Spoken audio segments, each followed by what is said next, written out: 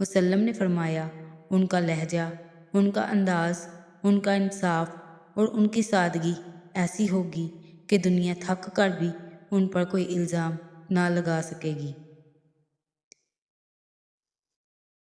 ان کا چہرہ نور سے دمکتا ہوگا، مگر وہ خود کو چھپائے رکھیں گے جب تک اللہ انہیں ظاہر کرنے کا حکم نہ دے۔ آپ صلی اللہ علیہ وآلہ وسلم نے فرمایا، وہ زمین کو عدل سے بھر دیں گے جیسے وہ پہلے ظلم سے بھری ہوئی ہوگی، یعنی وہ صرف ایک حاکم نہیں بلکہ دنیا کے سب سے بڑے مجدد اور سب سے بڑے نجات دہندہ ہوں گے، جو ظالموں کے محل ہلا دیں گے اور کمزوروں کے دلوں کو سکون دیں گے۔ وہ قریش میں سے ہوں گے، ان کی پیشانی کشادہ اور ناک ابڑی ہوئی ہوگی۔ وہ 7 برس تک دنیا میں حق اور عدل قائم کریں گے۔ ان کے دور میں زمین اپنے خزانے نکال دے گی اور آسمان اپنی برکتیں برسائے گا، اور سب سے حیران کن بات یہ کہ فرشتے ان کے ساتھ صف بستہ اتریں گے جیسے کسی مقدس مشن کے لیے آسمانی لشکر اتر رہا ہو۔ یہ خبر صرف ایک شخص کی نہیں بلکہ ایک ایسے دور کی آمد ہے جو انسانیت کو دوبارہ جینا سکھائے گا۔ ہر صدی میں علماء، اولیاء، صوفیاء اس وعدے کو اپنی سانسوں کی طرح سنبھالتے آئے ہیں، کیونکہ انہیں معلوم تھا کہ جب دنیا کی روح تھک جائے گی تو ایک نور ابھرے گا، اور وہ نور امام مہدی کہلائے گا۔ امام مہدی کا نام آتے ہی امت کے دلوں میں یقین اتر آتا ہے، کیونکہ وہ اہل بیت سے ہوں گے، اور یہ نسبت کوئی عام نسبت نہیں، یہ وہ سلسلہ ہے جس کی جڑیں نور محمدی صلی اللہ علیہ وآلہ وسلم سے نکلتی ہیں اور جس کی شاخیں صدیوں سے امت کے دلوں کو سایہ دیتی آ رہی ہیں۔ رسول اللہ صلی اللہ علیہ وآلہ وسلم نے فرمایا، مہدی میری اولاد میں سے ہوں گے اور فاطمہ کی نسل سے ہوں گے۔ یہ کوئی تاریخی جملہ نہیں بلکہ ایک ایسا احساس ہے جسے سن کر دل کانپ جاتا ہے۔ سوچئے، جن کے خون میں فاطمہ، علی، حسن اور حسین کا نور دوڑ رہا ہو، ان کی آمد دنیا پر کیا اثر ڈالے گی۔ ان کے دل میں حسین کا صبر ہوگا، ان کی سوچ میں علی کی حکمت، ان کی رحمت میں فاطمہ کی دعائیں، اور ان کا انداز رسول اللہ صلی اللہ علیہ وآلہ وسلم کے عدل کا عکس ہوگا۔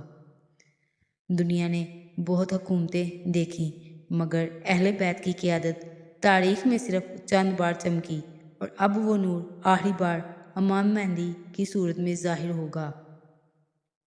ان کا ظہور صرف ایک انسان کا اٹھنا نہیں بلکہ صدیوں کی دعاؤں کا قبول ہونا ہوگا، جب ظلم، فساد اور خونریزی اندھیری رات کی طرح چھا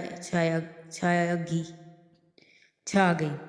جب ظلم، فساد اندھیری رات کی طرح چھا گئی تو وہ نشانیاں ظاہر ہوں گی جنہیں رسول اللہ صلی اللہ علیہ وآلہ وسلم نے علامات قیامت کہا تھا۔ جھوٹ سچ پر غالب آ گیا، امانت دار کو جھوٹا سمجھا جانے لگا، بے پردگی عام ہو گئی، گناہوں کو فخر سمجھا جانے لگا، علم اٹھ گیا اور جاہل فتویٰ دینے لگے۔ یہ سب نشانیاں پکار رہی تھی، آخری دور قریب ہے، اور پھر ایک گہری خاموشی چھا جائے گی جسے زمین کسی عظیم مہمان کی منتظر ہو۔ وہ مہمان جس کا نام صدیوں سے لیا جاتا رہا، جس کی خبر احادیث میں دی جا چکی ہے، اور جس کی آمد دنیا کا نقشہ بدل دے گی۔ مکہ کی سرزمین جہاں یہ مقدس ظہور ہوگا، ایک سادہ سا نوجوان جو خود کو نہیں پہچانتا ہوگا مگر لوگ اسے پہچان لیں گے۔ کعبہ کے سائے میں فرشتوں کی موجودگی میں لوگ اس کے ہاتھ پر بیعت کریں گے۔ وہ انکار کرے گا، روئے گا، کہے گا میں اس کے قابل نہیں، مگر امت کہے گی تمہیں چن لیا گیا ہے، اور جب بیعت مکمل ہوگی آسمان سے ایک آواز آئے گی، یہ اللہ کا خلیفہ مہدی ہے۔ یہ آواز ہر انسان سنے گا، چاہے وہ کسی بھی زبان، کسی بھی ملک کا ہو۔ ان کا ظہور طاقت کے ساتھ نہیں، تواضع کے ساتھ ہوگا۔ نہ تاج، نہ تخت، نہ لشکر، صرف تقوی، عدل اور نور۔ پھر دنیا بدلنے لگے گی، ظالموں کے تخت الٹ جائیں گے، کمزور سر اٹھائیں گے اور زمین پر اللہ کے وعدے کی حکومت قائم ہوگی۔ یہ داستان صرف سنانے کے لیے نہیں، بلکہ دلوں کو اللہ کے قریب لانے کے لیے ہے۔ اگر اس نے آپ کے دل کو چھوا ہے تو یاد رکھیں، اللہ اس دل کو کبھی خالی نہیں لوٹاتا جو حق کی تلاش میں درکتا ہے۔